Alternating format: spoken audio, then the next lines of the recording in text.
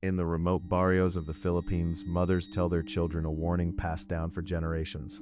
Come home before dark, or the Aswang will get you. But what exactly is an Aswang? Unlike the Western vampire or werewolf, the Aswang is something far more terrifying, because by day, it looks exactly like your neighbor. The Aswang is a shapeshifter, a creature born human but cursed to feed on the living. By daylight, it appears as an ordinary person, maybe the woman who sells mangoes at the market, perhaps the old man who sits alone on his porch. But when the moon rises, its true nature reveals itself. In the Visayan provinces, the most feared sign of an Aswang is the sound of scratching on the roof after midnight.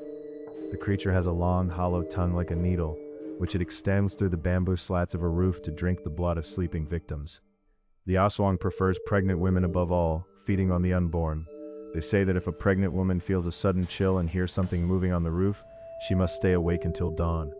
There is a village in Antique Province where the Aswang came every full moon for 7 months. 7 pregnant women died in their sleep, each found with a single small puncture wound behind their ear. No blood was ever found at the scene. The local priest insisted it was a wild animal, but the old women knew. They had seen the creature. The village healer, an elderly woman named Lola Elena, claimed she could identify the Aswang by looking into their eyes at twilight. The Aswang, she said, has eyes that reflect light like a cat, but only when the sun has fully set. So the village set a trap.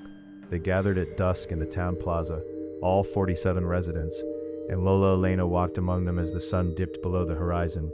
At the exact moment of sunset, she stopped in front of a young man named Marco. He was quiet, helped his mother at the market, and had never caused trouble. But his eyes caught the dying light and reflected it back like yellow coals. Marco ran.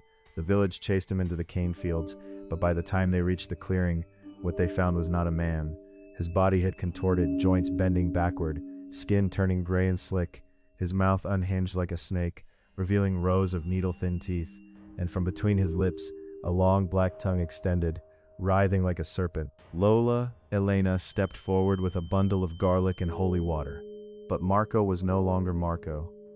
The creature let out a sound unlike anything human, a high-pitched whine that made every person in the clearing drop to their knees, clutching their ears. When the sound stopped, the Aswang was gone, leaving only a trail of black fluid leading into the forest. The village never saw Marco again, but the death stopped. For 3 years, no woman died in her sleep. The Aswang had moved on, or so they thought. Then a new family moved into the barrio, a quiet couple with a young daughter. The wife was pregnant with their second child. On the first full moon after their arrival, the scratching sound returned, the same sound on the roof at midnight. The husband grabbed a machete and climbed onto the roof, but found nothing. When he came back down, his wife was dead, a single puncture wound behind her ear. The authorities ruled it a spider bite. The family buried her the next day. But Lola Elena, now very old and weak, asked to see the husband. She looked into his eyes at twilight and saw nothing unusual. She checked the daughter next, and the girl's eyes reflected back the dying light like yellow coals. The daughter was only 7 years old, born human, but the curse had awakened in her. The Aswang bloodline had passed through the father, dormant for a generation, and manifested in the child. The girl cried, not understanding what was happening to her.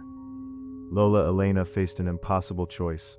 The creature was an innocent child who had done nothing wrong, but the curse would grow stronger with each full moon. By the time she reached adulthood, she would become a full Aswang, hunting and feeding without restraint. The old healer did the only thing she could. She took the girl into the forest that night, and what happened there is a story the villagers refused to tell. Some say she performed a ritual to seal the curse. Others say the girl simply disappeared. But on moonlit nights, if you listen carefully near the edge of the forest, you can still hear a child crying, followed by a high-pitched whine that makes your ears bleed. And in the barrios of the Philippines, mothers still tell their children, "Come home before dark," because the Aswang could be anyone, even a child playing in the street, even you. Subscribe to Whisper of the Dark.